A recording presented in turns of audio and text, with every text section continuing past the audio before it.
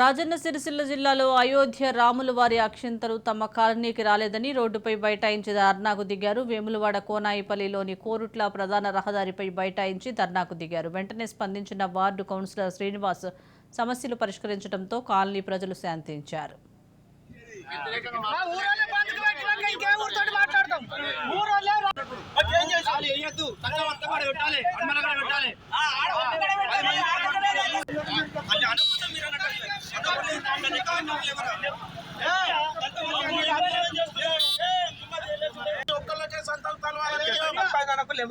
అర్థం చేసుకోవాలి.